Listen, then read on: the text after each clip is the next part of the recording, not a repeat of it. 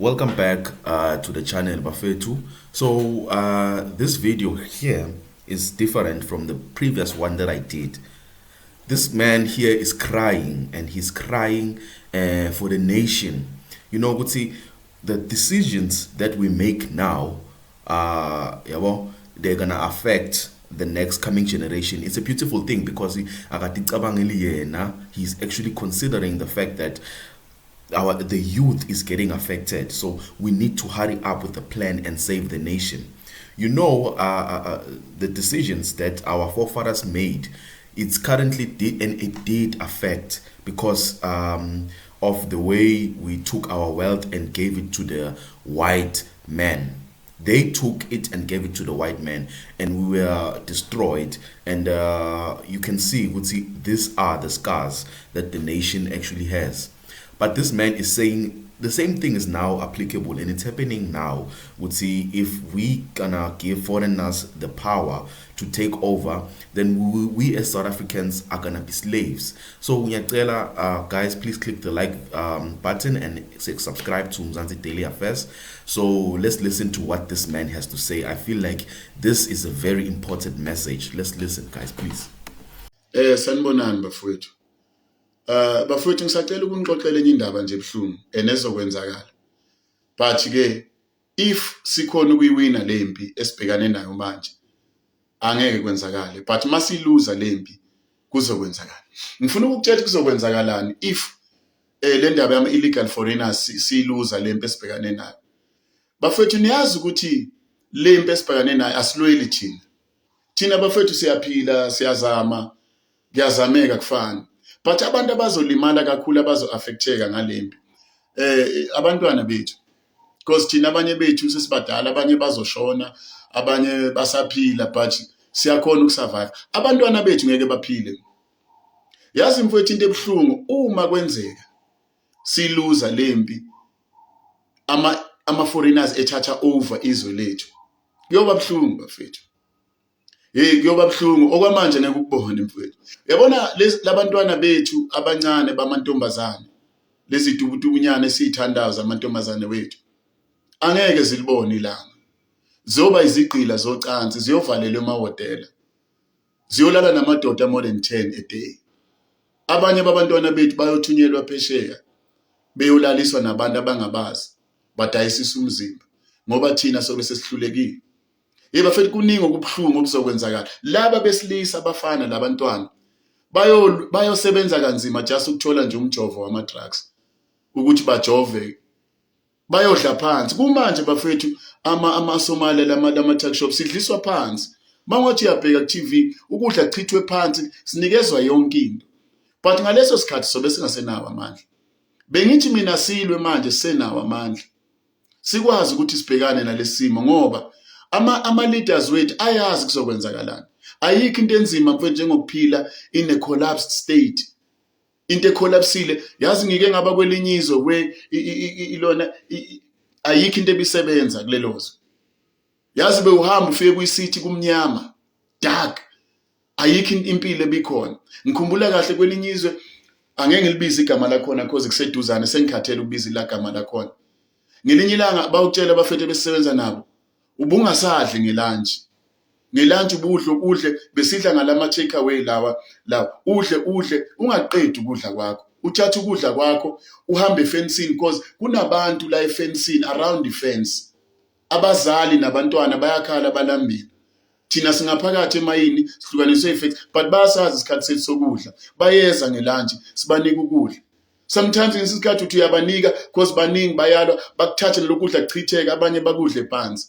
Yaba buhlungu inhliziyo yamangibona, ngathi Nkosi yami, lento mayingafika eSouth Africa siyophila njani? So mina ngiyayibona ukuthi if sihluleka bafethu kulwa manje, siyophila kabuhlungu. Abantwana bethu bayobulawa, kwathina siyobulawa. Bengibuka nenini bafethu, i-Islamic State of Africa bafikela abantu as ama-refugees, but manje they are applying ukuthi bavule i-political party yabo. Bafethu, leli izwe lizophathwa ama-Muslim ngelinye ilanga. Ama-Muslim asukumile, agcwele yonke indawo. Angisho ukuthi siyokhonzisa uNkulunkulu esingabazi. bayoza noNkulunkulu abasingabazi kumanje mfowethu kudungekile emzansi kunoNkulunkulu abaningi bama-rituals abasuka koGhana basuka koNigeria abantu badidekile sikhonziswe into esingayazi because zivumile ayikho into ebuhlungu njengokuphila in a collapse state where yonke into collapse and ama-politician ethu ngendlela atshontsha ngayo ayazi ukuthi that time mayifika isikhathi sokuthi kuhlushekwe bona babe into yokufunction kuphela is the city babe befake high walls angeke ukhona ungena babe benama generator abo abaphehlela ugesi kumanje banama boreholes emizini yabo banamasola yonke into wena ophuwa angeke uphile mfethu. So manje mina ngithi if sinalo ithuba lokuthi silwe already sisuJesintu usivulile amehlo wasikhombisa ukuthi bafethu izwe lethu lidayisiwe. So kudinga ukuthi thina siyeke lokhu sikhwebhana sihlangane together silwise ugovernment wethu sifikele lokhu kuhlupheka okukhulu okuzayo. Ayikho mfethu even uNkulunkulu knows ukuthi umzansi nini uyohlaselwa ama-foreign but we have to fight. Even noma ungaye eBhayibhelini liyatshela iBhayibheli ukuthi the foreigners in your land they will gain more power and when you lose yours Deuteronomy lithi they will lend you money when you won't lend them because wena ngeke ube nalutho and they will be stronger and stronger in your own country.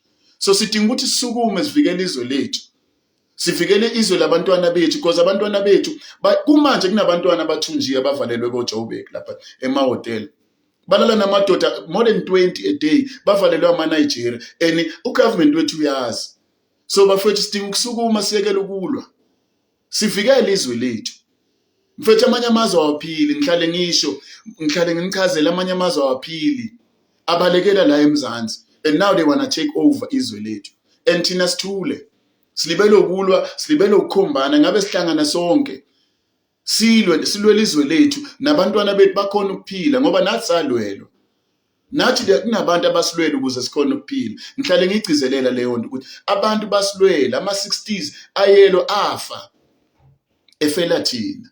So bafethu asisukumeni kuzoba nzima emzansi mina ngiyabona kuzoba nzima enongaboni inkosami ngemzwela ngiyabonga.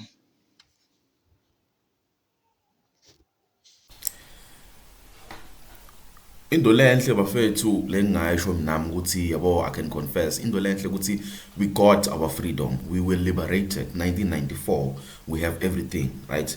And there were actually you know, things that were put in place. I forgot what they are called, like the PPE, you know, most of them, you know, they were put in place to empower the black man. But here's the problem, and here's what I think is the problem here. I think the problem is that we do have the power, and it's in the black man's hands. Black president, black everything. But the problem now that we have is that it fell into the wrong people's hands. The councils, they are corrupt. Policemen, some of them, they take bribes, and you know, that actually hurts us as a nation and the innocent nation. The power is in our hands, yes, as black people. But are we using that power right to empower the black person? Are black people really empowered? That's the question that I would love to leave to you, because it fell into the wrong hands. We've seen leaders that are making us proud as a nation. Phakile Mthakathi, you know, you can see this man is trying to lead South Africans for the betterment of the country. The power fell into the wrong people's hands. That's what I would say. And I would also love to know, what do you think about this? Leave us a like and subscribe to Mzansi Daily Affairs. Thank you.